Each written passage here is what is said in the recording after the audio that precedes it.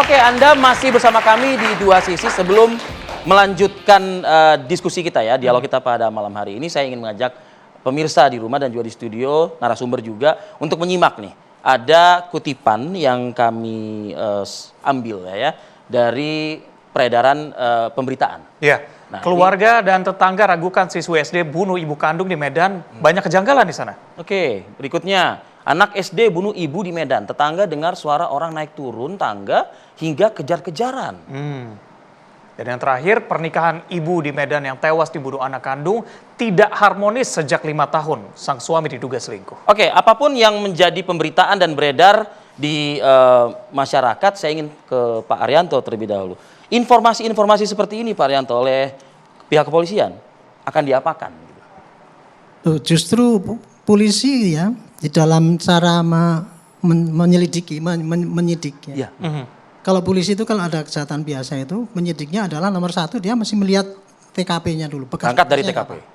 Bekas-bekasnya dari apa, kemudian pasti akan dianalisis. Oh ini kira-kira bekas orang apa, orang lari ke sana, orang dari situ. Dan kemudian kalau yang lebih tinggi lagi mesti lihat CCTV. Kalaupun ada. Karena ini tidak ada, maka kita tergantung berat pada para saksi yang ada di situ. Pasti nanti penyidik itu sasarannya adalah pada menanyakan saksi-saksi itu. Nah saksi yang ada di situ kan cuma anak dua itu. Ya. Anak dan kakaknya dan ayahnya juga masih bisa ditanya. Ya pasti nanti sumbernya informasi yang didapat dari itu.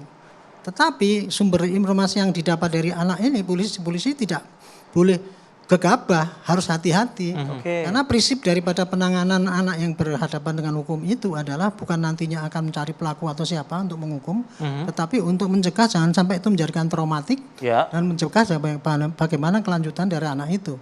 Sehingga anak ini mulai dari awal sudah diperlakukan itu tadi, dilindungi supaya tidak dipaksa atau kan dicarikan keterangan. Tapi polisi akan mencari lingkungan.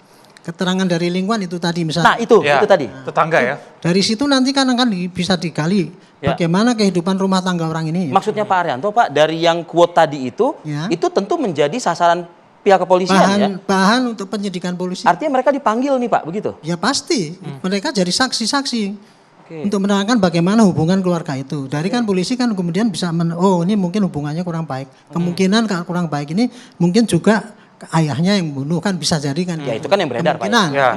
Kemungkinan bisa jadi kayak gitu. Jadi karena kemungkinan tersebut itu juga disampaikan juga oleh masyarakat. Masyarakat kan itu ya. Dia di lantai 2 Pak.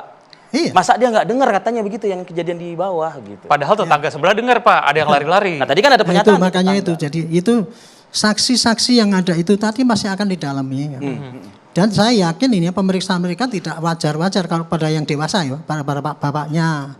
Kalau kepada tetangga kan netral ya, mungkin itu biasa. Tetapi kalau kepada bapaknya itu pasti spesifik itu nanti pemeriksaannya itu. Karena dia harus bisa menerangkan hubungan keluarganya berdasarkan kesaksian yang bahwa ada kertaan gitu dan sebagainya itu. Termasuk cocoklogi netizen yang mengatakan bahwa yang satu tidur di lantai bawah, satu tidur di lantai atas. Masa kalau hubungannya harmonis berpisah gitu Pak. Intinya kesimpulan sementara netizen kan itu kan enggak harmonis kan. Kalau tidak harmonis kemungkinan besar yang butuh tapi didalami begitu ya. Tapi gitu teori gitu. Ke polisi pasti akan banyak hipotesa Pak. Dari bukti awal yang ada, dari kesaksian yang ada itu, bukti-bukti yang ada di situ, banyak hipotesa. Hipotesanya kemungkinan ya, mungkin ayahnya yang cekcok, kemudian dia ini atau nyuri, atau anaknya yang kemudian dia nggak seneng dengan ibunya begitu, kemudian ini, kemudian gitu, itu dan sebagainya. Sejauh ini ya yang didapat, yang saya dapat tadi itu, baru itu saja. Baru yang belum sampai kepada sasaran kepada bapaknya. Tapi pada anak itu karena yang terjadi itu kemarin di prekonstruksi pun itu saya tanyakan itu ya berdasarkan daripada yang didapat keterangan itu tadi. Jadi bahwa di bawah itu ada anak yang bunuh itu dan kemudian kakaknya itu yang tadinya Pak Arianto, di prekonstruksi siapa saja yang dilibatkan Pak Arianto? Ya. Termasukkah yang tadi Pak Arianto sampaikan? Artinya kan ada masyarakat, warga, tetangga, kerabat, saudara yang juga tadi bersuara seperti itu. Apakah itu juga dilibatkan Pak pada saat prekonstruksi? Jadikan saksi Pak sih.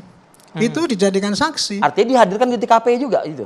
Untuk apa? Pada saat prarekonstruksi. Kalau prarekonstruksi saya kira enggak. Enggak ya. Tidak. Kan dia kan cuma dengernya kan bukan di TKP.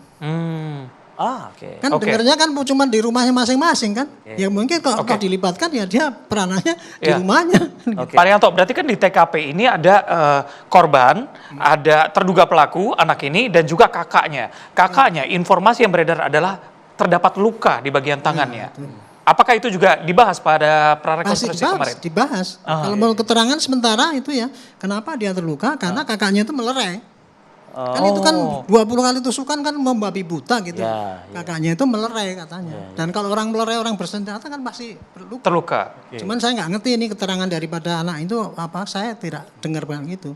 Cuman keterangan dari penyidik sementara itu bahwa itu luka karena diduga melerai. Sementara ini ya.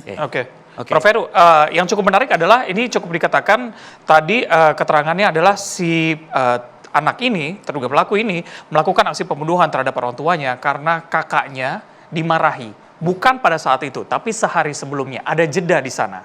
Gimana menurut Anda? Ya ini harus didalami juga ya. Harus didalami karena bisa jadi ada unsur pembelaan diri, tapi tidak semua pembelaan harus berupa pembunuhan juga gitu kan. Ini harus didalami betul oleh pihak kepolisian, pihak penyelidik ya. Karena anak-anak memang kadang-kadang anak-anak itu responnya mengejutkan dan reaktif ya. Biasanya terkait dengan misalnya ada kayak kasus di Jawa Tengah hanya gara-gara dilarang pakai handphone, seorang anak mohon maaf bunuh diri gitu ya. Karena anak SD dilarang main handphone bunuh diri. Atau dilarang pacaran katakan sampai putus asa gantung diri segala macam. Jadi sebagian reaktif, walaupun nggak semua seperti itu juga gitu ya. Jadi kita harus dalami juga karena mungkin memang biasa terkait dengan ada beberapa sebab ketika anak mungkin jadi agresif ya, karena mungkin terlalu dikontrol.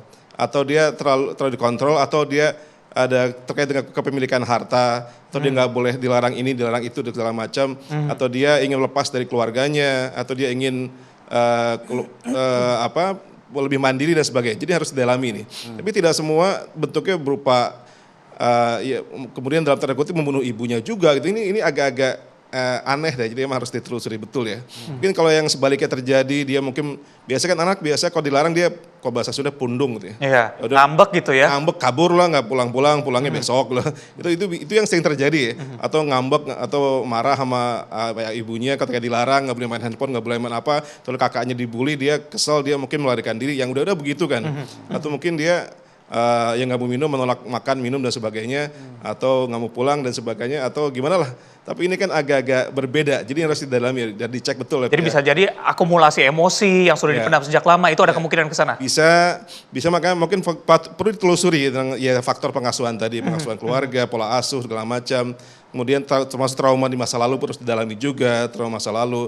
Juga faktor lingkungan, apakah dia suka dibully oleh dalam keluarga, di luar keluarga, juga termasuk di sekolah bagaimana lingkungan sekolahnya, lingkungan pendidikannya, lingkungan juga neighborhoodnya, di lingkungan perumahan juga harus didalami semuanya oleh pihak kepolisian bersama-sama dengan para ahli, psikolog, psikiater dan sebagainya gitu, supaya lebih lengkap picture-nya gitu, puzzle-nya tuh jadi bisa Ya ini kan yang sedang dilakukan oleh pihak kepolisian. Iya, mau mencari puzzle-puzzle sehingga jadi jelas apa kaitannya seperti apa begitu. Membuat puzzle bagi sebagian kalangan ada yang mudah, Pak.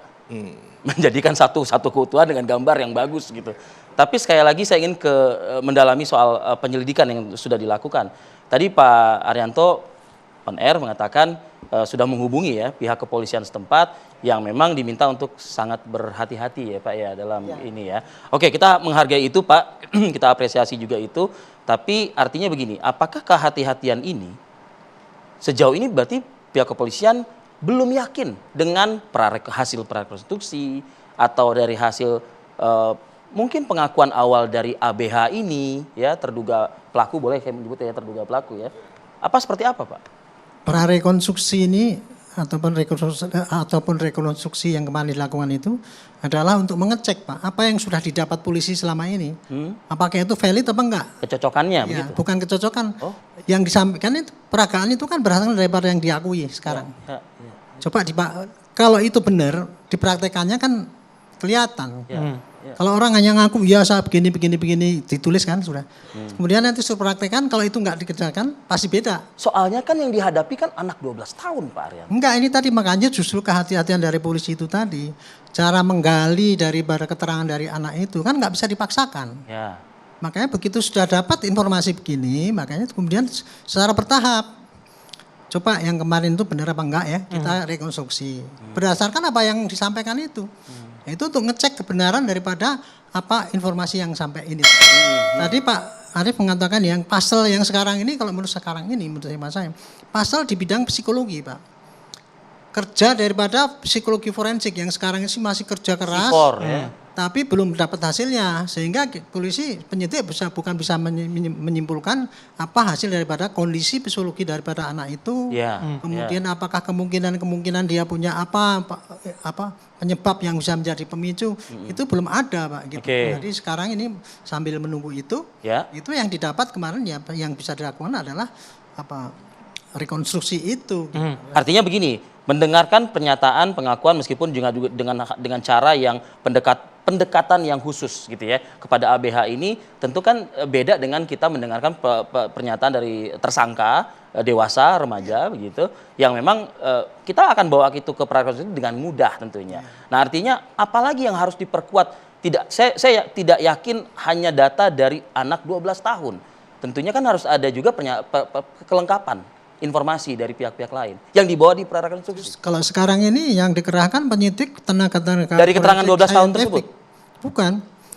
Para tenaga ahli psikologi yang bagaimana bisa menggali keterangan daripada anak itu, menggali daripada lingkungan dan sebagainya itu yang diperdalam. Kita tidak mengintensifkan penggalian kepada yang bersangkutan. Tapi sekarang kejadian tersebut kan traumatis ya untuk anak usia 12 tahun. Apa yang menjadikan bahwa keterangannya tidak berubah begitu? Pak Arianto. Iya, melihat anak ini masih berusia 12 tahun, apa yang menjadikan bahwa keterangannya tidak berubah? Karena kejadian traumatis gitu Pak. Gini, kalau polisi itu menyidik ya, memeriksa orang, kan pasti dijawab. Dijawab itu harus dicek, diyakinkan apa jawaban itu benar apa tidak. Caranya adalah rekonstruksi itu tadi. Dilihat di situ. Itu metode untuk meyakinkan